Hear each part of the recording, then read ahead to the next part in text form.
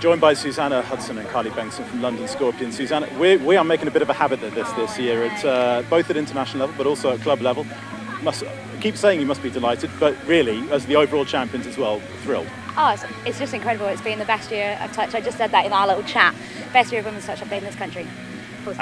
And it was fitting, really, that it was you guys against London Galaxy in the final as well. Yeah, always a really tough game for us, but always a really enjoyable game. I think it's always played in really good spirits. So. In terms of how much you guys have developed as a squad, what are the 2 or 3 things that you've really worked on over the course of the last couple of months? I think we've changed our defensive policy and just trying to put that into practice, and I think it's been working really, really well. But I just think that I'm just so proud of how everyone's developed. Like, I think that's shown. We've had different people at some tournaments in terms of numbers, like last time only 8, but just go from strength to strength. Everyone contributes something. It's just great. Carly, how tough is it out there today? Yeah, I have to admit the heat was pretty tough, and also like Galaxy are such competitors, so it's really strong in the ruck. And I think we've got to remember as well, we've got a few girls that have played Euros the past 2 weeks, and you can't forget how much that takes out of them. So for them to back up and be here 2 weeks later playing in that, I think was really good. Yeah, and as far as just to follow on from what Suzanne was saying about how the Galaxy guys, it's always competitive against them, and something that you've just alluded to as well. How do you develop how you play against them over the course of the year?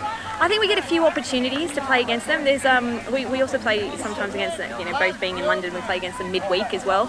And I think we start to learn a lot about the way they play and the way they defend, and then we do adapt our game according to that as well. So just finally, we were chatting a lot at Euros in Nottingham 2 weeks ago, and obviously, England won the Women's Open title there. How difficult has it been to come back down to club level and then using this now as a springboard to touch nationals at the end of August? I don't know. It's not been that difficult, really. I suppose it's just it's enjoyable to play at club level as well as international. It's slightly more kind of fun, less pressure, I suppose. But as you say, it's such a quick turnaround. I think people were feeling it a bit today, just in terms of fitness. But hey, onwards and upwards to World Cup, isn't it? So. Jordan Melling, captain of the Wigan Warriors. Have you calmed down yet? No, I'm still tingling. Yeah, it was good that. Not really what we needed 2 weeks after a tough 4 days of Euros, but really good getting to be involved in that. They're the games you want to be playing, and 30-degree heat against a really good opposition, playing with your mates. It's like that was awesome. Yeah, you came really close in Manchester in the second round. What did you do to step it up this weekend?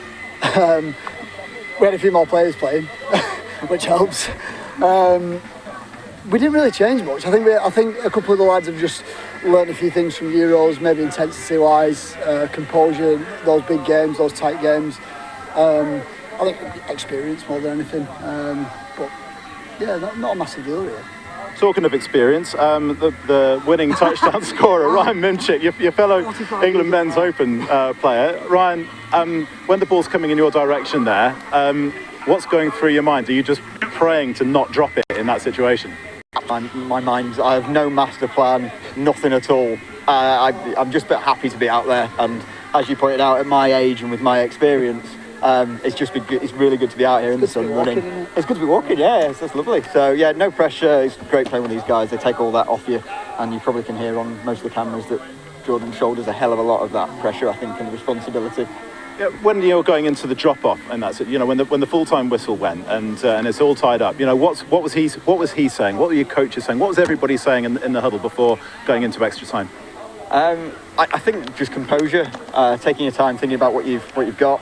I know Jordan gave a prompt to Josh to not look back in anger. Obviously, he came off the end of a drop-off that wasn't particularly great a couple of weeks back. I think that kind of inspires people just to go themselves, so they don't really need that motivation. They want to be over that line, they want to be scoring the winning touchdown or being on that pitch and getting a win for Wigan. Well, and then you score first up in the at the start of the drop-off as the team mascot joins us.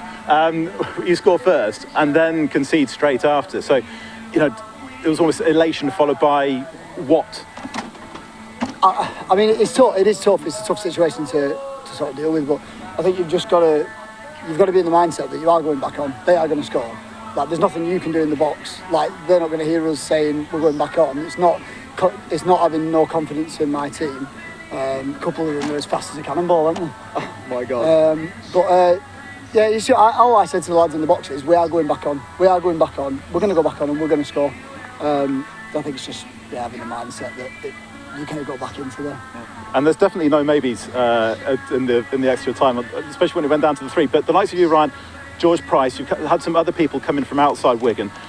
What have you found playing with these guys? You know, they obviously been playing in the Believe Sport Elite mixed as well. So when you come in from outside, what are you bringing in, and what are you learning from the rest of them? My God, what can't you learn from George Price? The absolute guru of touch. I mean, I scored a little spin move, which I watched him do first NTS of the season.